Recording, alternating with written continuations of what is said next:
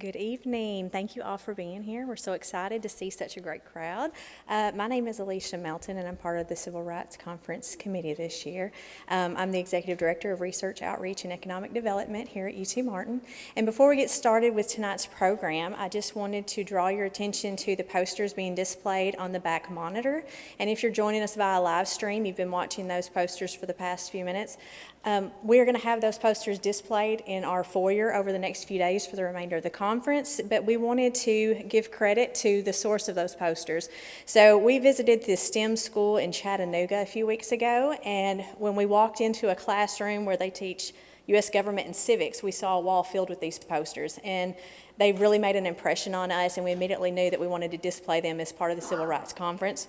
The teacher is Kyle Carrasco, and he worked with his students to show all of the hidden figures that worked behind the scenes on various American civil rights movements that were left in the shadows. And this project was in collaboration with the Global Center of Design and Innovation with his fellow teacher, Rose Denor. The students were asked to find hidden figures within the movements and trace their impact upon amending the Constitution, passing legislation, and evaluating Supreme Court cases. And when we talked with the teachers about this, they described how much the students loved this project because they found many individuals they'd never learned about previously, and it was a great opening to many conversations. So we hope you'll enjoy those posters as part of our display. And with that, I'm going to turn it over to Dr. Henry Giles, who's going to get us started this evening.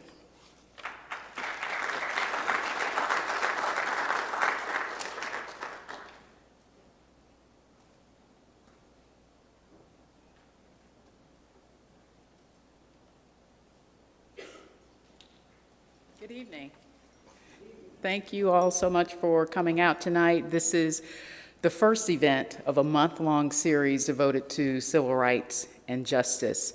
The Civil Rights Conference theme this year is Standing in the Gap, a clarion call for justice seekers. It's a theme that turns the conversation inward.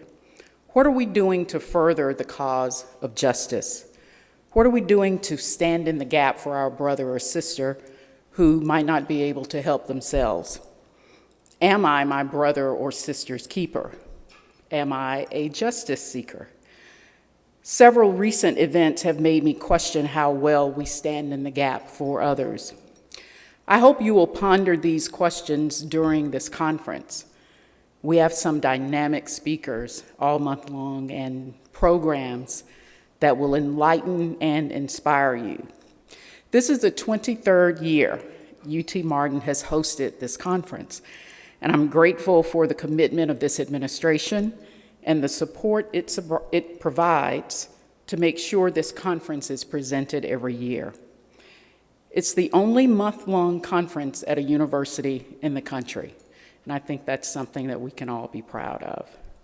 I'd like to say thank you to Chancellor Keith Carver, our Provost Phil Cavalier, and Peter McPherson, Senior Vice Chancellor for Finance and Administration. You always have to give a shout out to the person who's in charge of the money. There are so many remarkable people behind the scenes working to make all of this possible. In addition to those individuals, there is the Civil Rights Conference Committee. These are some folks that I've been fortunate enough to work with over the last several months. I'd like for them to please stand so you can see who they are. Cameron Eccles, Dominique Crockett, Austin Farrell, where's Austin? Dr. Zavita Jones, Alicia Melton, who you met earlier, and Dr. Danny Pirtle. We have a lot more things planned for you, and we hope that you will come out and support the conference and tell others. For a list of those events, you can find all of that online at utm.edu/civil rights. Now I'd like to invite one of our students, Tierna Miller, to the stage to introduce our guest for the night. Thank you.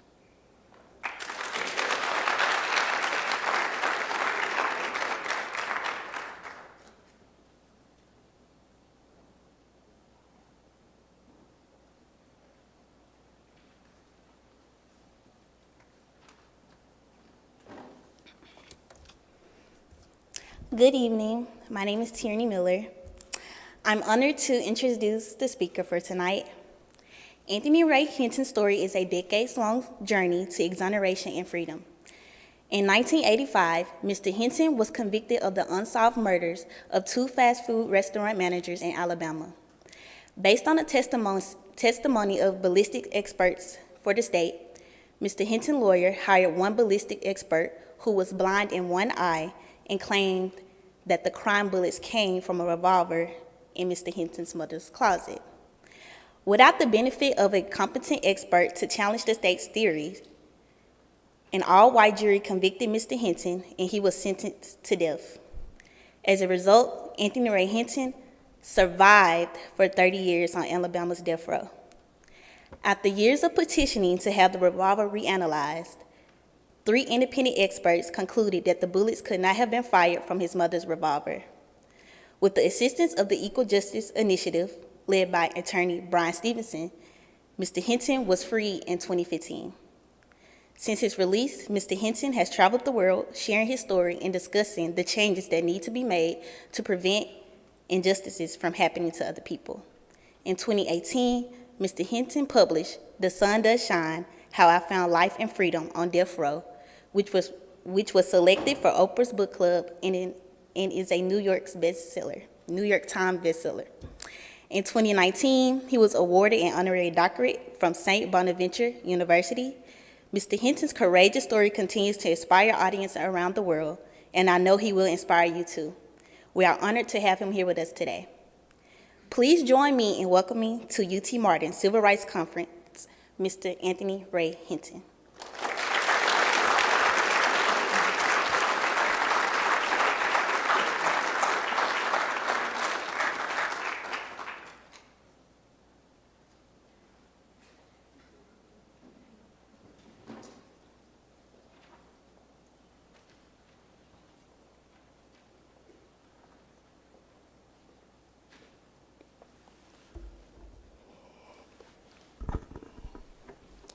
Let me say good evening to each and every one of you and thank you for coming out. I want to thank UT Martin for the invite. I am reminded as I stand here of the words of Dr. King. Injustice is a threat to justice everywhere. After listening to this story, one must ask themselves, really, do we have justice? And if we do have justice, who is it for and who is it against? I never will forget, on one of the hottest days in Alabama, I woke up like I do every morning with not a care in the world. And my mother was inside making some lemonade. I went outside till I thought she was through making the lemonade, and I went inside to get a glass. And as I was pouring this glass of lemonade, my mother asked me, was I going to revival later that evening? And I said, yes, ma'am. I got my glass of lemonade and I went on outside, and about 15 minutes later, I returned the glass to the kitchen, but my mother was still in the kitchen. And my mother looked at me and she said, are you going to revival? I said, yes, ma'am. She said, what time does it start? And I said, 7 o'clock, Mama. She said, well, you got time to go out there and cut that grass. I looked at my mother and I gave her that baby look that had worked so many times in the past. But for some reason today, that baby look was not working. I looked at my mother and I said, Mama, I promise you I will cut that grass tomorrow. And my mother looked at me and she said, I'm trying my best to see how did you get. You'll cut the grass tomorrow out of me telling you to go cut the grass. And finally she said, boy, get out there and cut that grass. I goes out and I fire up the old lawnmower, and about 25 minutes into cutting the grass, I just happened to look up. And there stood 2 white gentlemen that I never seen before. I cut the lawnmower off and I said, can I help you? One of the gentlemen replied, "We're looking for Anthony Ray Hinton." I said, "That would be me. How can I help you?" He said, "We are a detective from the Birmingham Police Department. We have a warrant for your arrest." And I said, "What are the charges?" He said, "We will explain that to you later, but right now, we want you to put your hands behind your back." I complied. They put the handcuff on me and proceeded to put me in the squad car. And I said, "Hold up, at least allow me the opportunity to go in and tell my mother I'm being arrested for something." One of the detectives said, "We can't let you go back inside." And after arguing for maybe 2 minutes, finally the other detective said, "Let him go in and tell his mother he being arrested." I goes in and I just show my mother the handcuff, and like any good mother, she began to scream and holler, "What are those handcuffs doing on my baby?" One of the detectives had taken him out while I stay in here and talk to his mother. A few minutes later, he comes out and we proceeded to go to the Birmingham County Jail. And on our way there, one of the detectives that wasn't driving, he asked me, "Anthony, do you own a firearm?" And I said, "No." I said, "But my mother has an old Smith & Wesson gun that she keeps around the house for snakes." Once I revealed that information to these two officers, they dropped me off at a substation, went back to my mother's house and told her that I had told them about a gun she owned. My mother gave them the gun. They asked my mother could they take it and examine it, and she gave them permission to do so. They came back at the substation, picked me up, and proceeded once again to the Birmingham County Jail. And I must have asked these officers at least 50 times, "Why am I being arrested?" They never would say a word. And perhaps on the 51st try, I said it a little loud and a little angry than I perhaps should have, but I said, "Officer, why am I being arrested?" And this seemed to set the officer off that wasn't driving. He turned around and he looked at me and he said, "You want to know why we arrested you?" I said, "Yes." He said, "We're going to charge you with first-degree robbery, first-degree kidnapping, and first-degree attempted murder." I said, "Oh, you got the wrong person. I haven't done any of that." He said, "Let me tell you something right now. I don't care whether you did it or didn't do it, but I'm going to make sure you're found guilty of it." I said, "For a crime I didn't commit?" He said, "You must have a hearing problem. Didn't I just tell you I don't care whether you did it or didn't do it?" He said, "If you don't remember nothing else, remember I am the one who's going to make sure that you're found guilty." And as they drove just a little farther, he turned back around. He said, "By the way, there's 5 things that are going to convict you. Would you like to know what they are?" And I said, "Yes." He said, "Number 1, you're black. Number 2, a white man is going to say you shot him. Whether you shot him or not, believe me, I do not care." He said, "Number 3, you're going to have a white prosecutor. Number 4, you're going to have a white judge. And number 5, you're going to have an all-white jury." He said, "Do you know what that spells?" And he repeated the word conviction, conviction, conviction, conviction, conviction. And as we got to the county jail, they placed me in a holding cell, and I had been in there for about 2.5 hours, and finally this detective came, opened the door, and I jumped up and I said, "Detective, if you don't mind, will you tell me the date and the time this crime took place?" He goes through his note and he tells me the date. And when he said the date, I said, "Thank God." But when he said the time, I said, "Thank you, Jesus." I said, "Thank you, Jesus," because I knew at that particular time I was at work, but more important to me, my supervisor was white. And I figured once he go out there and talk to my white supervisor, he would come back and say, "We made a mistake, you're free to go." But 5 hours later, he came back and he said, "I have good news and bad news. The good news is we're no longer going to charge you with first-degree robbery, first-degree kidnap, first-degree attempted murder. Your alibi checks out." He said, "But we have decided now we're going to charge you with 2 counts of first-degree capital murder." I said, but I haven't killed anyone. He said, you really need to do something about that hearing loss. On the way here, I told you I didn't care whether you did it or didn't do it. He said, I don't care about these 2 new charges. And as I was trying to convey to this detective that I could never take another human life, he looked at me and he put up his hand as to say, be quiet. I stopped talking. He looked at me and he said, let me be honest with you since you being honest with me. He said, I truly believe you didn't commit the crime. But since y'all is always taking up for one another, since y'all is always trying to help one another, why don't you take this rap for one of your homeboys who truly committed the crime? I looked at the detective and I said, Detective, there's not a homeboy in this world that I would take a rap for like this. That detective shut the door and walked away. I sit in jail for about 1.5 years, and finally I go before a judge. The judge asked me, Anthony Ray Hinton, do you know what you're being charged for? And I said, yes, Your Honor.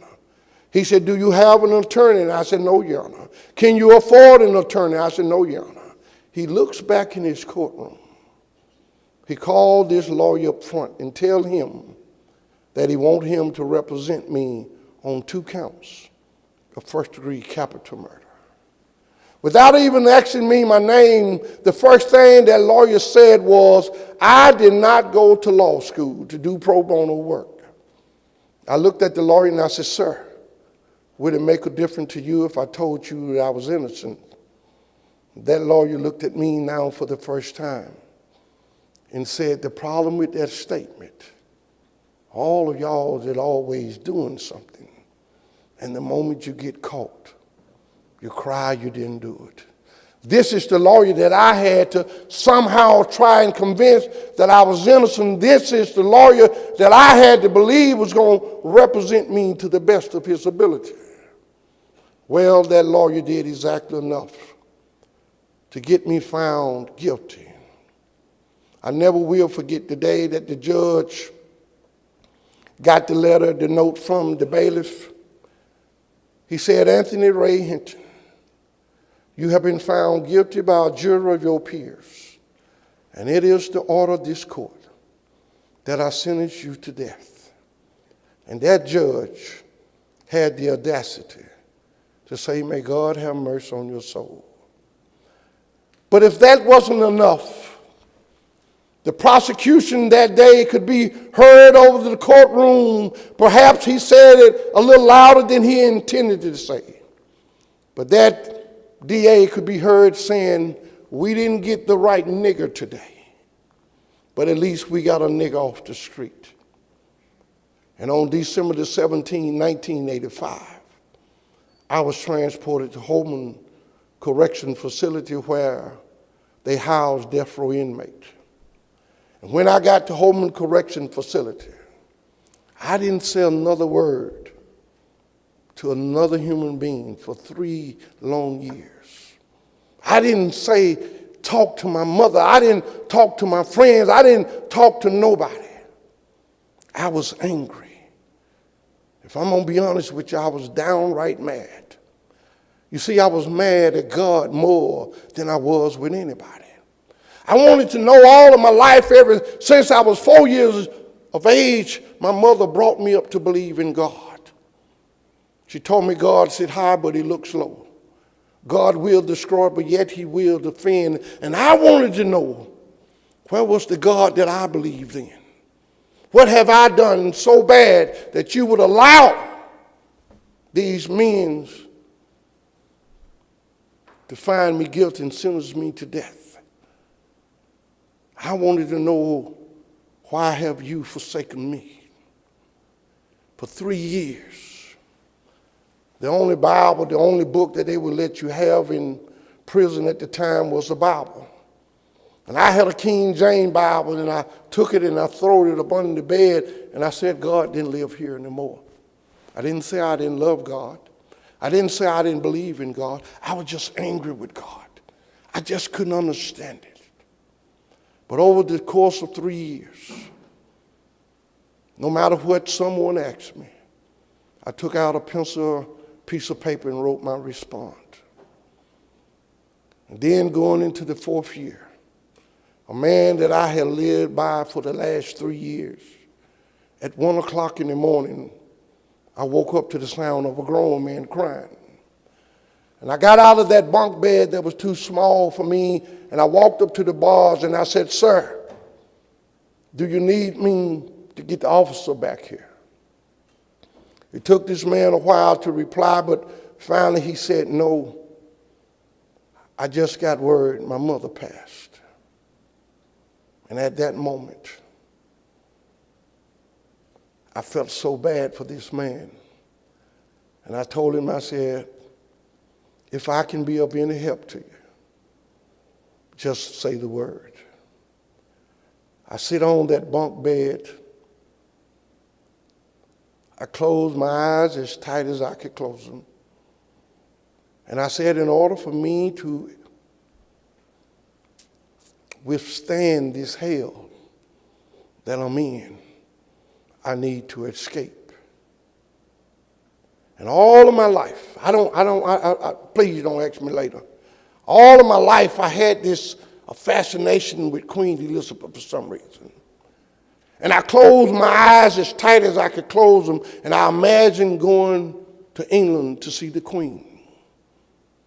Once I got to England, I told the guard that I was there to see the Queen. The guard goes inside and tells the Queen that I'm there. She invites me in, and we sit down, and I introduce myself to her. We talk about Prince Charles, Prince Harry, Prince William, and the tragedy of Prince Di. About 35 minutes into the conversation, the Queen stands up. She looks at me with her British accent.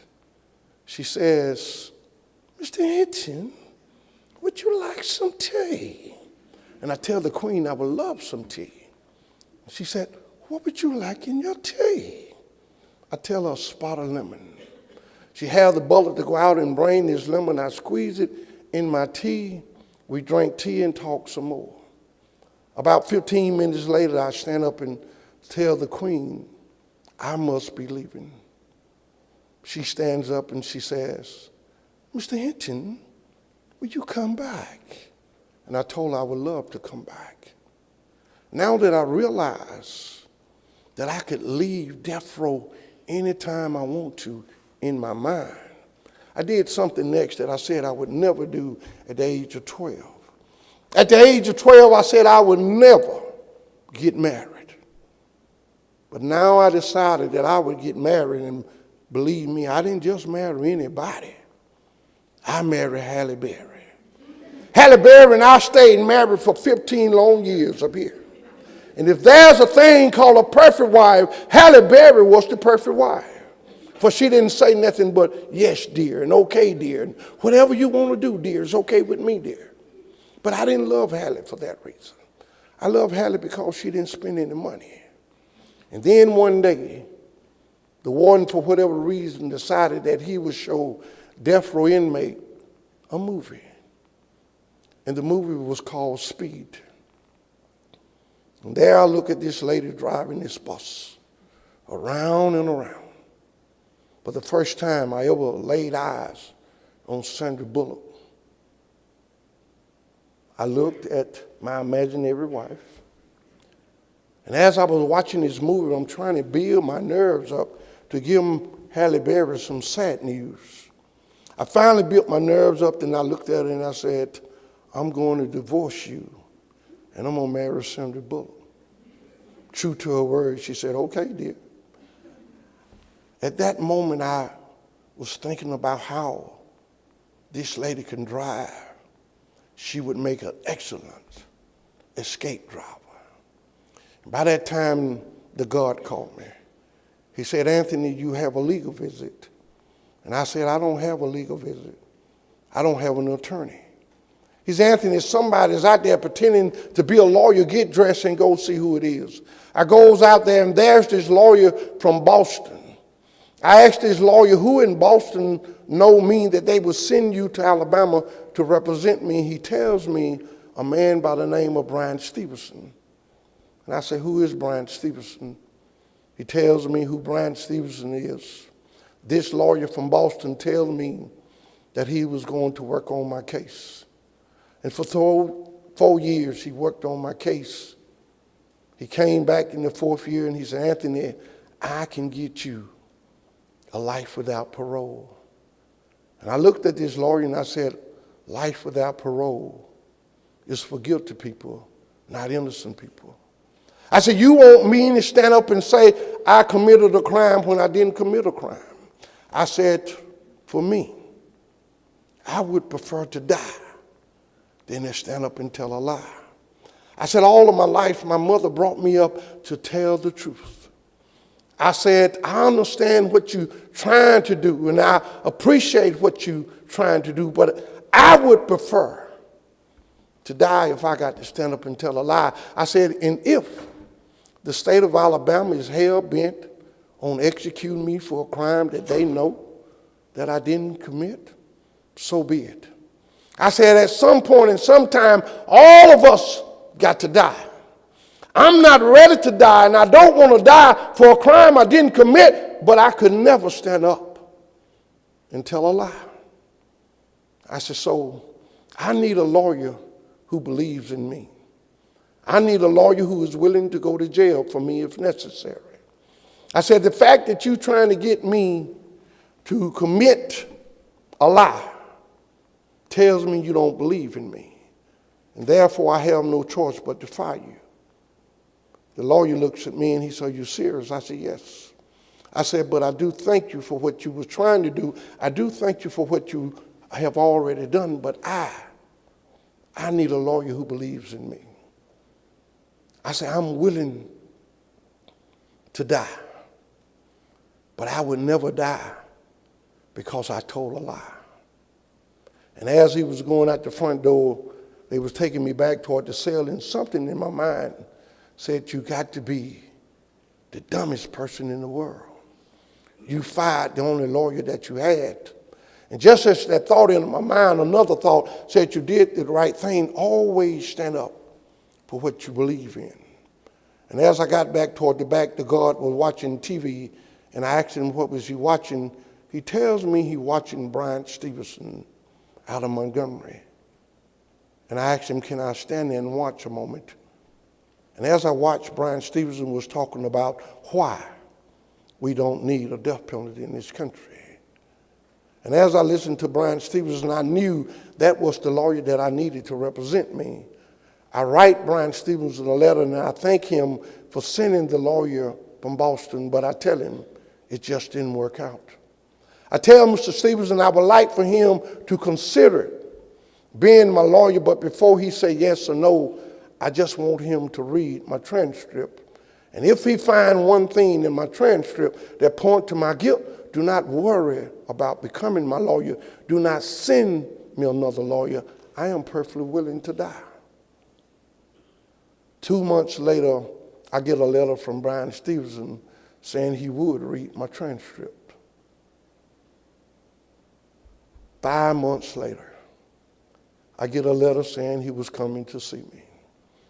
The moment I shook this man's hand, I knew that God had sent me his best lawyer.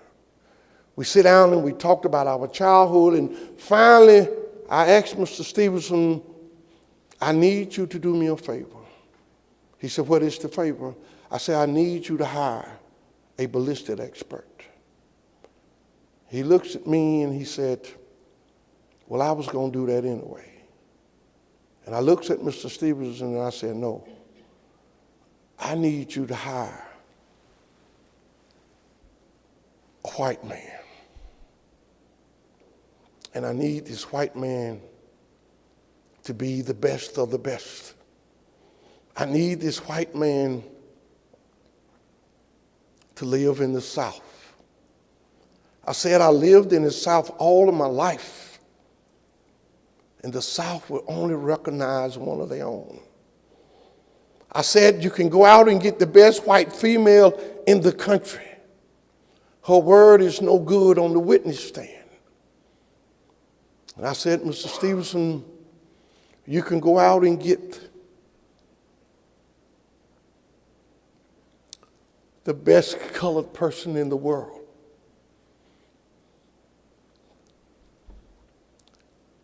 I said, their word is definitely no good on the witness stand. You got to find a white Southern man, and I need this man to believe in the death penalty. I need this man to be the best of the best, but more important, I need this man to just tell the truth. Mr. Stevenson left that day, and he told me he would do his best to find this particular ballistic expert. I get a call saying that he had found 3 of the world's renowned experts. 2 of them live in Texas, and 1 of them lived in Virginia. I asked Mr. Stevenson, did he remember to ask them, would they just tell the truth? And he said each one of them had assured him that they would tell exactly what the evidence shows. And I said, if you can afford to hire those 3 experts, hire them so they can come to Alabama and test this gun. They came at different times. When the first one came, he tested. He told Mr. Stevenson he would tell him the results when the other 2 get through. The second one came, same thing. The third one came. When the third one got through, they all got together and told Mr. Stevenson that the bullets did not even come close to matching. For the first time in 28 years, I finally heard someone other than myself tell the truth. We goes before the Attorney General in Alabama. He refused to re-examine the bullets. He said as far as he was concerned, the right man was on death row. It would be a waste of the taxpayer money, and it would be an hour of wasted his time for not doing his job. George W. Bush appointed him to a federal lifetime appointment. I goes before 2 more attorney general, and they too refused to re-examine the gun, and I began to wonder, why is it that they refuse to re-examine the bullets? Is it because they already know the truth, or is it because of the color of my skin? Believe me, I didn't want it to be because of the color of my skin. But I'm here today to tell you that we have a system that treats you better if you're rich and guilty, opposed if you're poor and innocent. I come here today to tell you that the state of Alabama knew from day one that those bullets and that gun never did match. The state of Alabama had every intention of executing me for a crime they knew damn well I hadn't committed. But you see, everywhere I go, somebody say, I read your case, and I want to know what it was that they found you guilty on. And I told you from the beginning, I believe in truth. They had all the evidence that they ever need. You see, I was born, and my mother named me Anthony Ray Hinton. But the state of Alabama put something over my name that said black and dangerous. And anytime they want to use that as evidence, all they have to do is round you up and say you committed a crime. And if you don't have the money to hire decent defense, 99.9% of the time, you will be found guilty. You see, this system that perhaps all of us believe in, this system is not what you think it is. Those on the other side would have you to believe that we are dealing with mass incarceration. We are not dealing with mass incarceration. We are dealing with a new form of slavery. I come here tonight to tell you that the system is not broken. The system is working exactly the way it was designed to work, and that system was designed to put men of color in prison. In this country, we have over 20 million men in prison. We have over 600,000 on parole or probation. I live in a state where we make up 27% of the general population. But when you go into prison, we make up a whopping 87%. I can't do math that good, but somebody tell me how you go from 27% to 87%. I'm here tonight to tell you that this system has a pipeline. And it have a pipeline in every community. It have a pipeline in this college. And when they need 20 men, they use that pipeline. And they can get 20 million. I'm here tonight to tell you, don't let the fact that you're going to college fool you.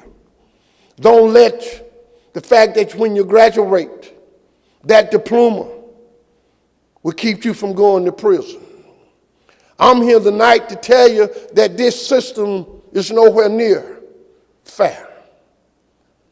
I want you to know that the state of Alabama had every intention of executing me for a crime that they knew I didn't commit. Here I refuse to say the word free. You see, I will never be free. The only time I will be free is when I'm no longer existing in this world. But on April the 3rd, 2015, when the state of Alabama resorted all their tactics, when they got through running out all of their lies, when they couldn't lie anymore, they didn't have a choice but to let me go. You see, they knew that Brian Stevenson was going to fight them with everything he had. I come here tonight to ask you, what would you do if they came for you? What would you do if you was charged with a crime that you didn't commit? What would you do if you didn't have the money to hire decent defense? What would you do if you passed a polygraph test, but they cared more about the color of your skin than the results of that test? What would you do if you was found guilty and sentenced to death? What would you do if you've been waiting all your life to die?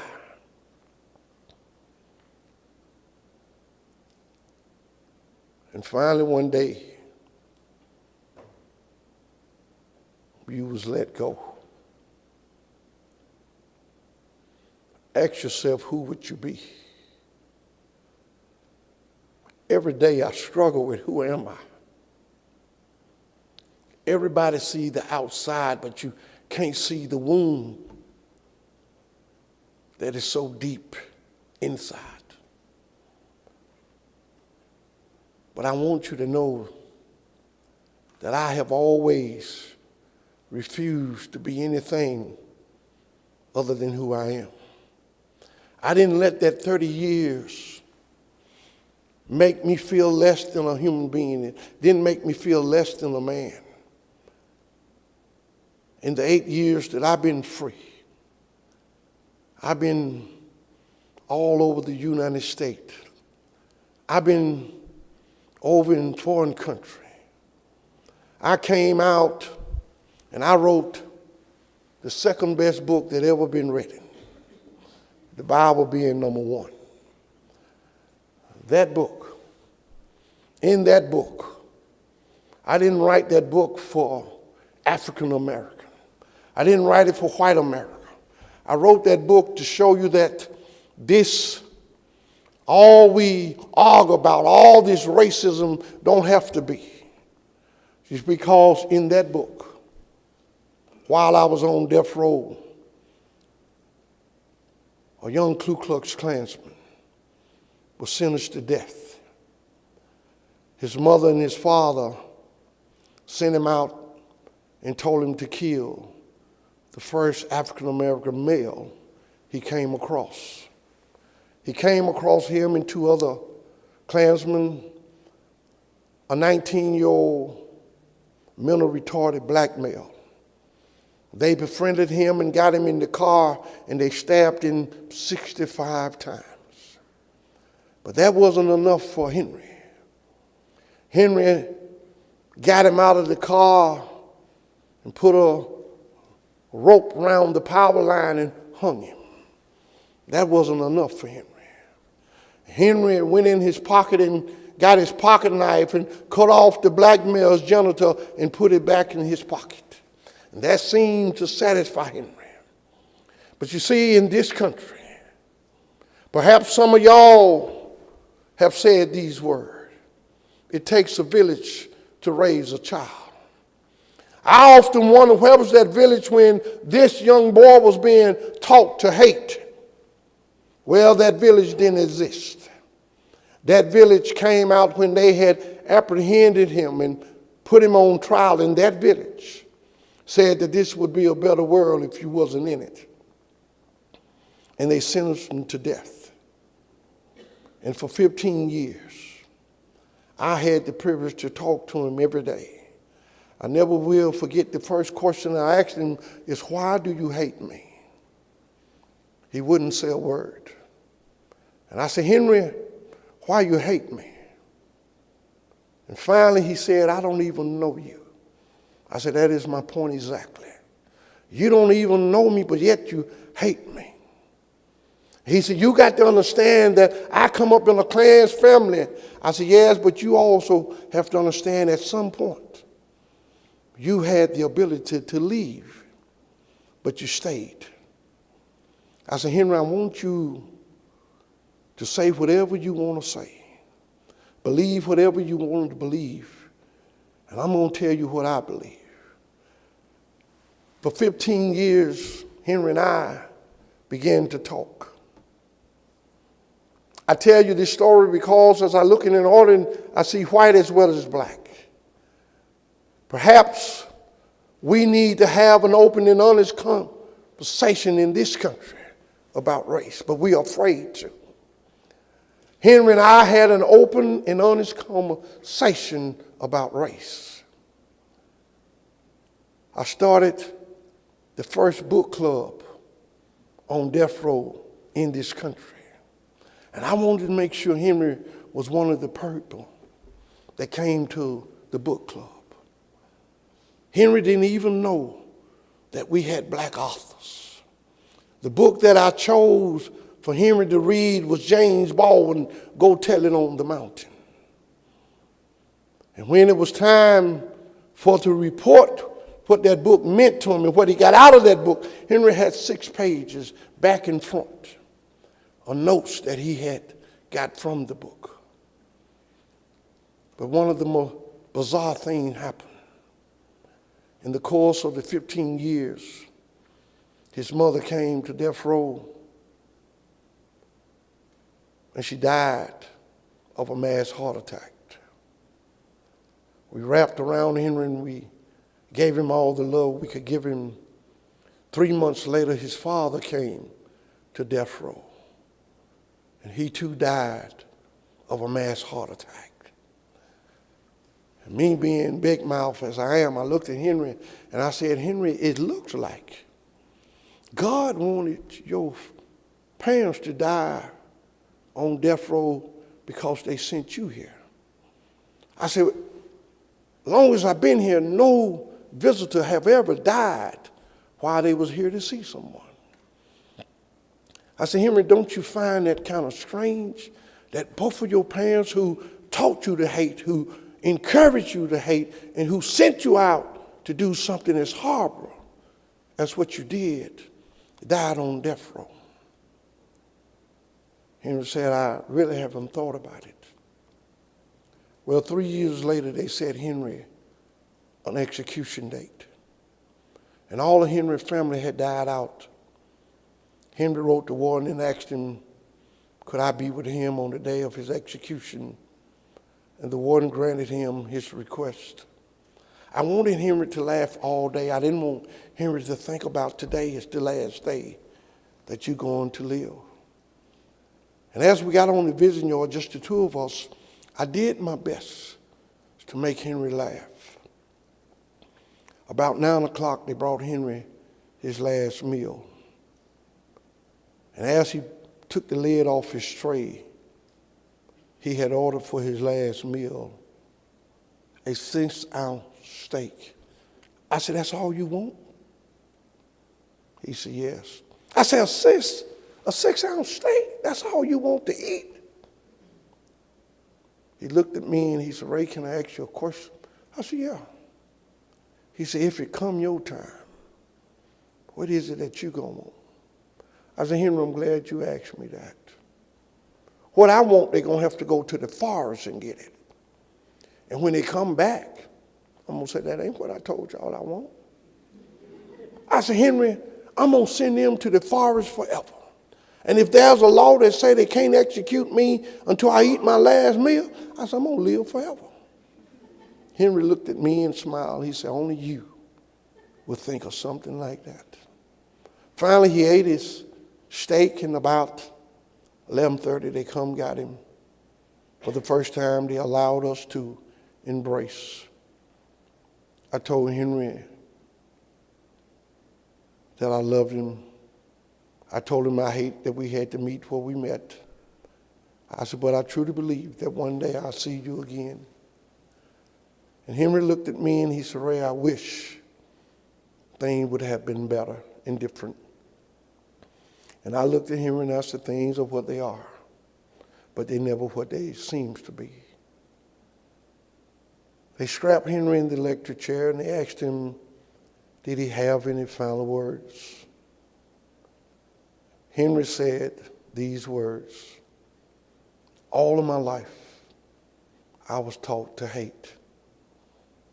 My mother taught me to hate. My father taught me to hate. My community taught me to hate. And for the last 15 years, the very people that they taught me to hate, those are the people who have shown me nothing but love. And as I leave this world tonight, I leave this world now knowing what love feels like. And they executed my friend. I tell you that story because, you see, being on death row, I made it what I needed to make it. I told you the story about the Queen, but the story I didn't tell you is that when I came out, I went to England to see the Queen. And for all you doubters, I always bring proof. I got the pictures on my phone. You see, I am a man who believes that you are responsible for how you treat others. You are not responsible for how others treat you. Even in the course of being on death row, I refused to be anything other than who my mother brought me up to be. And that is a man of compassion, a man of love, a man of understanding. I have had the best 8 years that one could have. I met billionaires and millionaires. I never thought, after spending 30 years on Alabama death row, I would sit down and meet the likes of Oprah Winfrey, Halle Berry, Sandra Bullock, George Clooney, and the list go on and on. I come here tonight to ask you young people to join me in making this system fair for everyone. I come here to ask you to join me and let's end the death penalty in America. I was the 152nd exoneree. And since I've been out, there have been 6 more men and women who have been exonerated. The count now is 165. The question I ask you, how many men and women need to be exonerated before you say we don't need a death penalty? In Alabama, I cannot speak for Tennessee. In the state of Alabama, when they execute a man or a woman, it costs you, the taxpayer, over $2 million, where it only costs $100,000 to keep a person in prison for the rest of their life. Imagine what we could do with all of that money. We could give social workers the tools they need. We could give teachers raises. We could make community better. But the politician would have you to foot that bill, and they want you to believe that they are tough on crime.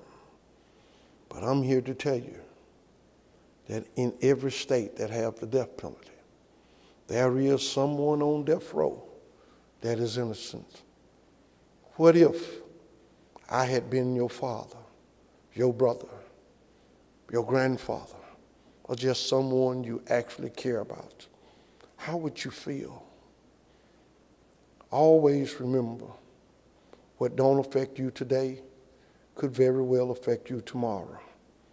This system that we have is no different from the system that we had in the 1800s. I often say in that book, the Ku Klux Klan took off the white robe, and now they have on the black robe. And now they are able to do whatever they want to do, to whom they want to do it. We must join together. When we join together, when you learn what you're fighting for, I'm not worried about me anymore. I'm worried about you young people who one day perhaps will have children. What kind of system do you want them to be under? If you're not willing to fight now, what about fight for your future? Because I tell you, everywhere I go, it always a black female, grandmothers, who stands up and say, Mr. Hinton, can you tell me how I can go back and tell my grandson how not to go to prison? And I have to be honest with them, and I say, no, I cannot tell you anything to tell them other than if they pull over, to be respectful, to follow every command. And then one day I got to wondering, of all the places I've been, why is it that no white female have ever asked me, what can you tell me so I can go back and tell my son or my daughter? You know why they never asked me? It's because they already know that the system is designed for us and not them. Thank you so much for having me.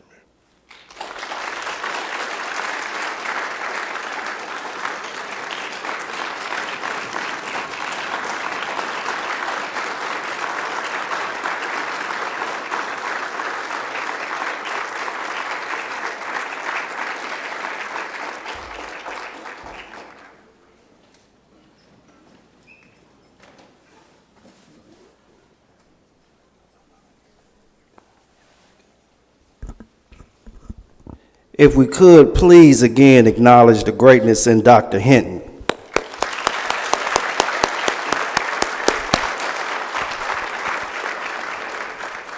We do have the opportunity to provide Dr. Hinton the opportunity to answer a few questions.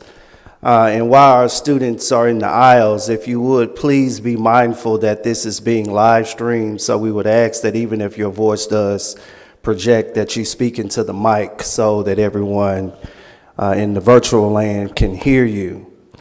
Before we turn it over to Dr. Hinton to answer questions, just a couple of things I want to say that I think are really important, especially considering the last few things that he shared with us.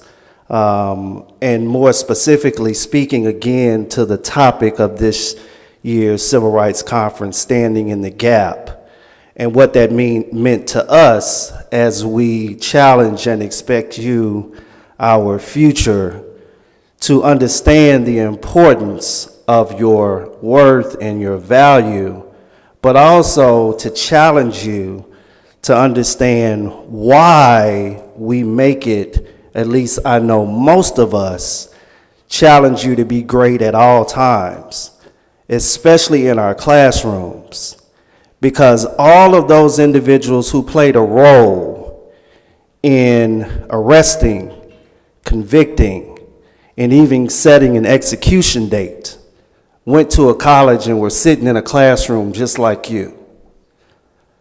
And what I want you to take away from that is, when we expect you to be great and not take shortcuts, we're thinking about what happens, because this is what happens when we take shortcuts. We cannot afford to not be great at everything we do when we're a student on this campus, because your inability to understand your worth and what we need you to do leads to situations like Dr. Hinton and thousands of other men and women across this country face. I ask that you take an opportunity to review the National Registry of Exonerations. It's out of the University of Michigan, and it's one of the premier organizations that provides data. And although we sometimes get inundated with statistics, how often do you get to see that statistic in person? This man literally has given his life for something that he did not do. So again, I urge you to understand why you are here, and to understand also the impact that we expect you to have, because without you, who will stand in the gap?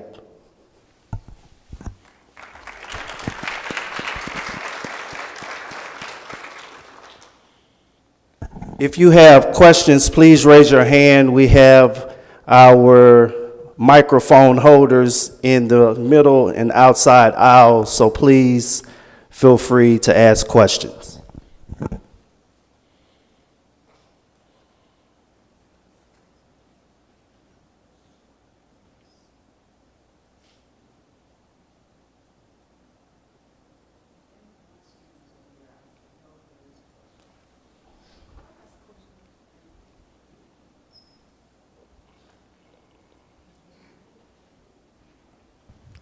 I'm Madison Bird. My question is, how can we as students, and I guess the up-and-coming workforce, how can we bridge the gap, and how can we step into these roles and assist people in your situation or similar? How can you bridge the gap? I am a believer of education. I believe in order to fight for something, you must first know what it is that you're fighting for.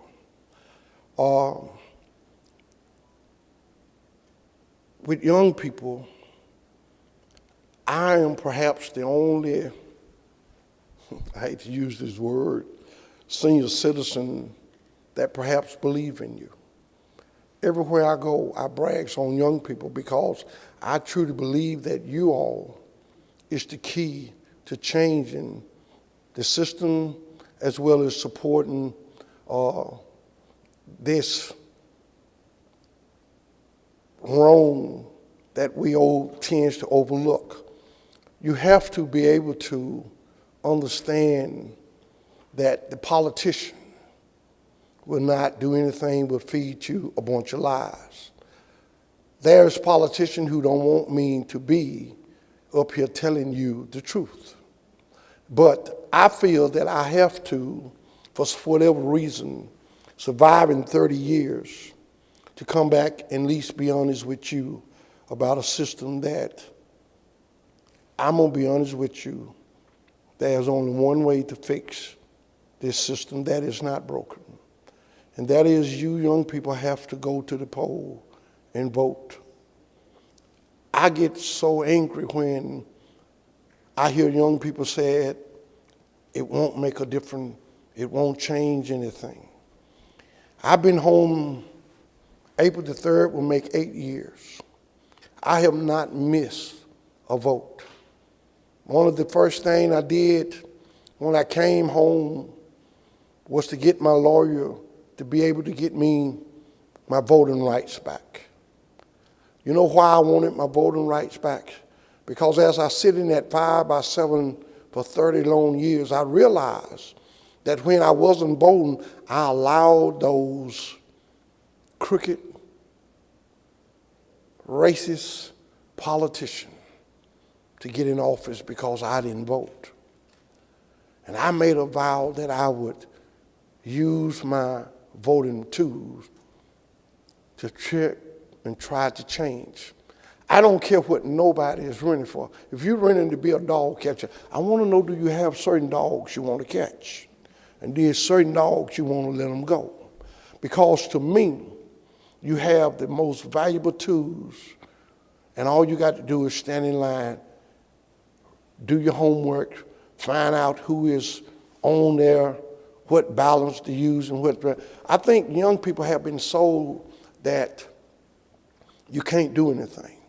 At EJI, you can email me, and I will send you all the material you need about the death penalty. You can read it for yourself. You can go online and look up eji.org. I promise you, if you know what you was perhaps for, and if you know how many people that is on death row that is innocent, and even if you're for the death penalty, you should never be for something that innocent people get caught up in. And as long as we have racism, as long as we have politicians who is trying to become from a DA to a judge, they don't mind sending people to death row that they don't care nothing about. I mean, think about it.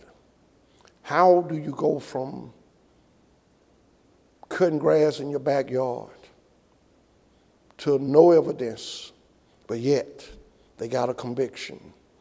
That because we have sit around, and I was one of those too. I didn't care.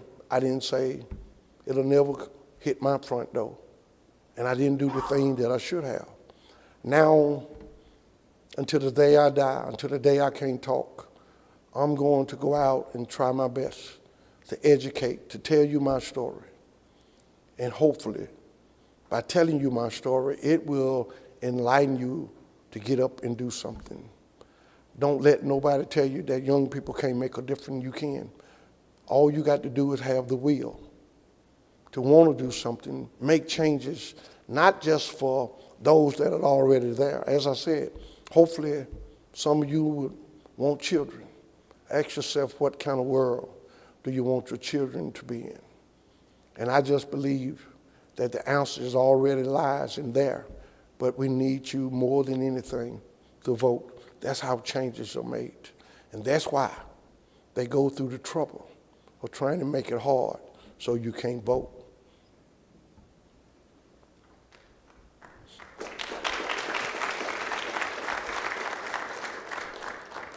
You know, I want to just say, I've been home 8 years, and no one in the state of Alabama have had the decency to say, Mr. Hinton, we're sorry. The state of Alabama did not give me 1 penny for keeping me in a cage for 30 years. I don't wake up in the morning worrying about what they didn't do.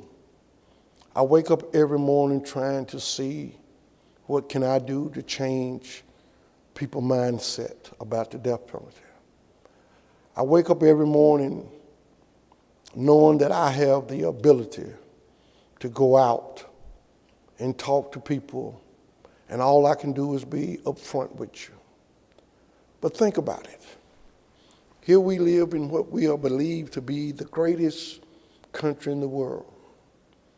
And yet, we send men and women to prison every day simply because they have the ability to do so. Every one of you in here should be outraged. Although I live in Alabama, you still should be outraged because just as sure as you here tonight, it's some innocent men and women here in Tennessee. But if you don't care, they're going to continue to put them there. You need to question your politician. You need to ask them what it is about the death penalty that you're for. And most politicians would tell you it is a deterrent in crime. But according to the FBI statistics, states that don't have the death penalty, murder rate is lower than states that have the death penalty. It is costly. For one thing, you don't have a decent lawyer for another thing.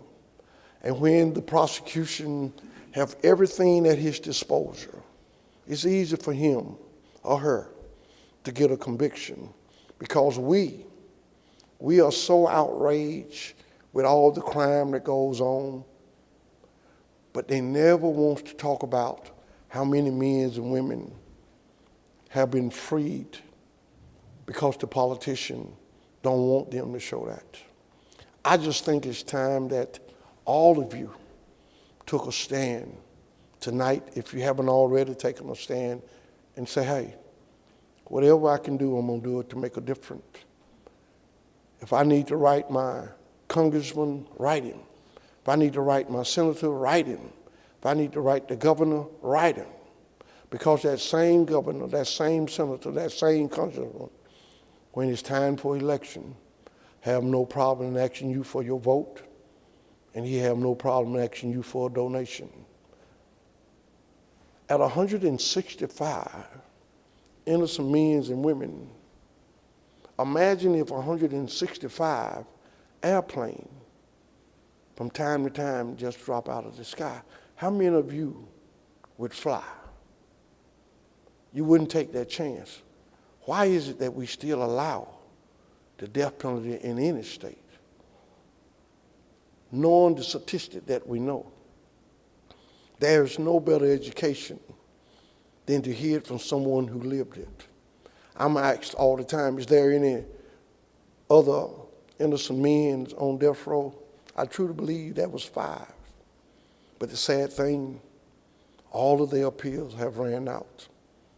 I can't stand here and tell you how, by the grace of God, I survived 30 years without being executed. I can tell you that the state of Alabama did not want to touch my case because they knew that my case was different from any other case. When you try to grow up and be honest, when you grow up and you volunteer and give the police the gun and they turn around and lie, it makes you even more ashamed of the system that we have. And sometimes I feel that white America don't want to hear me say that the system is rigged to send men of color and women of color to prison. Statistics. I didn't write them. I didn't make them. I read them and I report them. I asked the question earlier, how can 27% of African American in Alabama make up the general population, and in prison it's 87%? No one stood up and talked about that because those are some stunning numbers. I kept saying, you think Alabama going to other states stealing people and bringing them down here? We only got 27% of the general population. How is it it's 80% in prison? That alone should tell you that the system is rigged. And the only way you can unrig something is you take the old people out of office.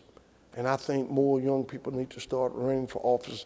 I don't care if you're Republican, I don't care if you're independent, but you should have the backbone to say, I am going to do what is right, regardless. But if you go in there and you do the same thing the old politician does, you might as well have kept those old politicians there. I don't know why the state of Alabama refused to apologize. I don't know why the state of Alabama didn't feel that they should compensate me for 30 years of my life. Had they gave me $1 million for every year I was there, it still would not have and still won't give me back my 30 years. I lost my mother, I lost my father, I lost my sisters, I lost my brothers. I came home to an empty world.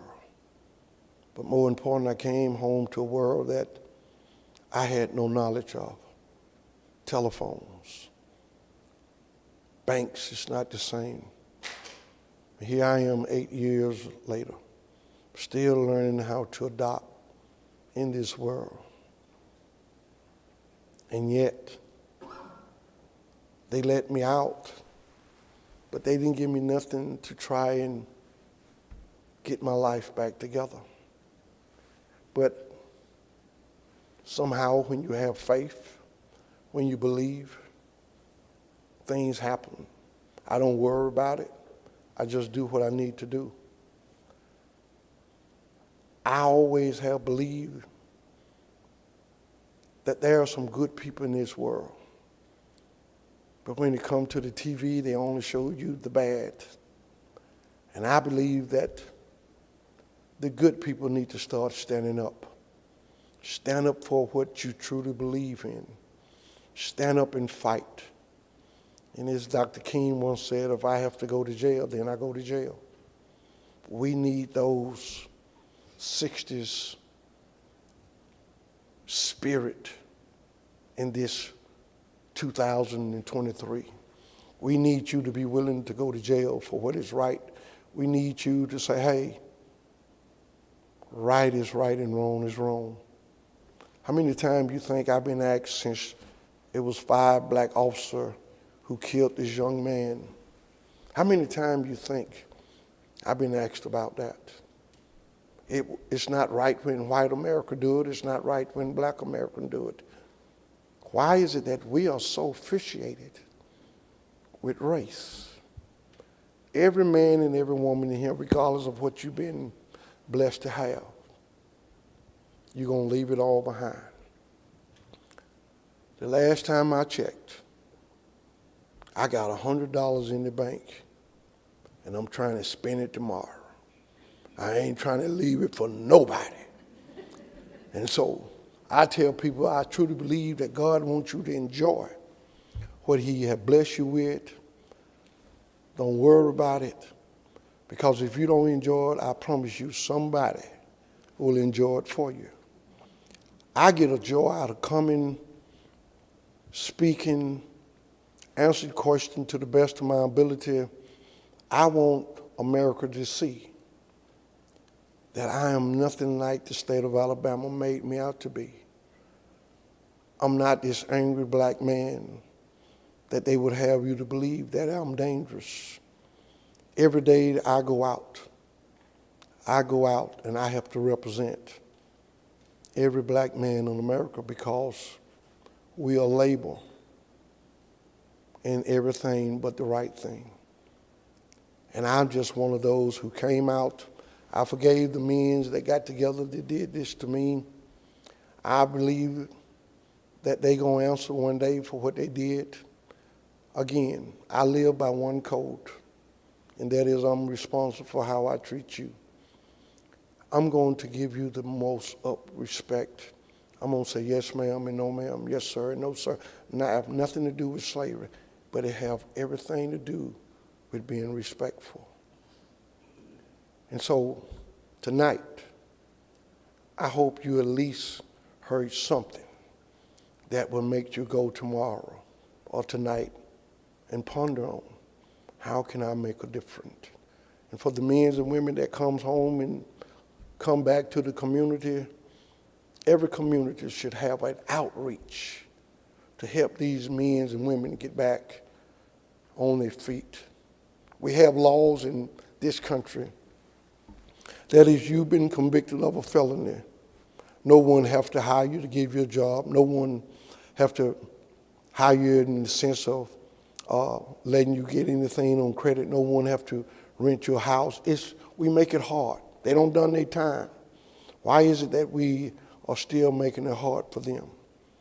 These are the laws that I really believe we need to fight together and change. I know these laws is in every state. Why is it that we always wants to pick on the broken?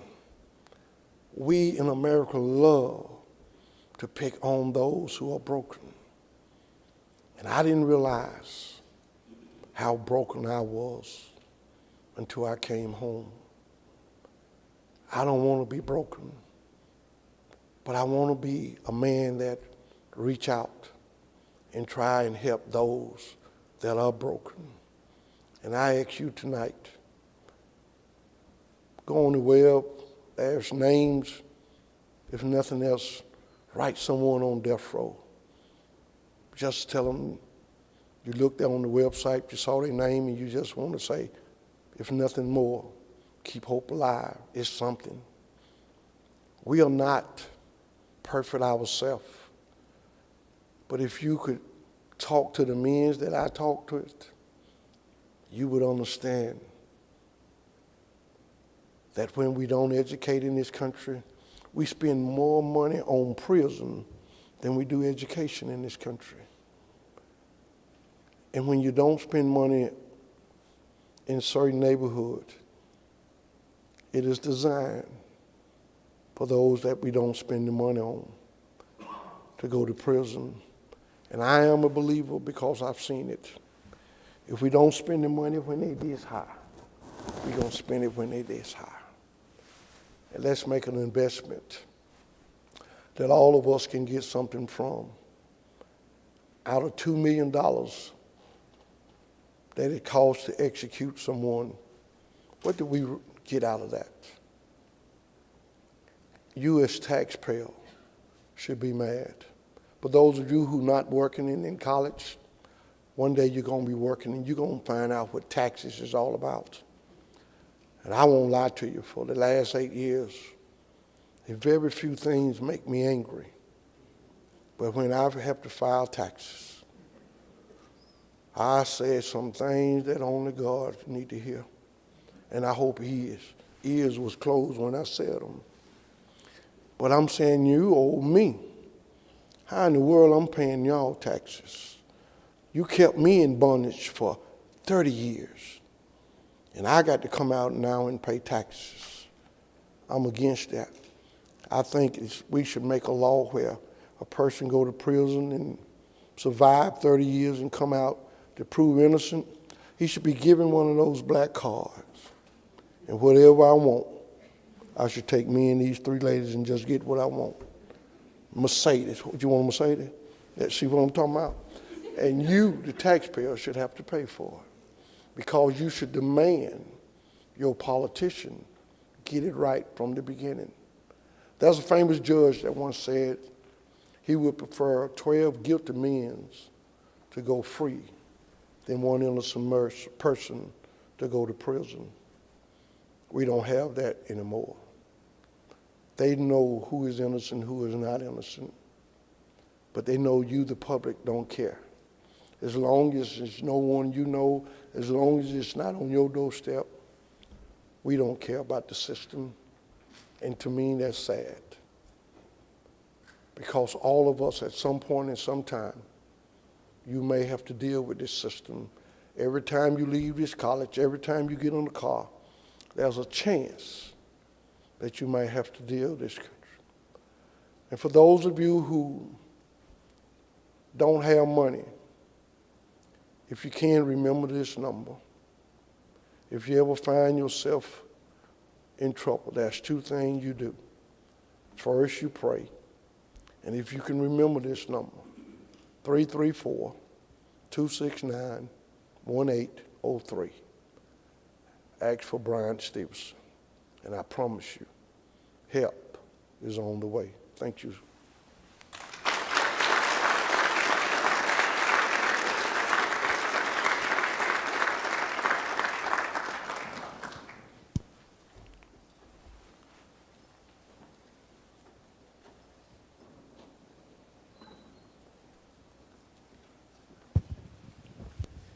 All right, we again want to thank everyone. If we could, one more time, thank Dr. Hinton. And just a little housekeeping, as he indicated earlier, we are fortunate enough to have the second best book in the world right here to my left. So if you all would, please come and indulge Dr. Hinton. I'm sure that he would be more than happy. Thank you all again so very much for supporting us this year, and we hope to see you all at the rest of our events. Thank you.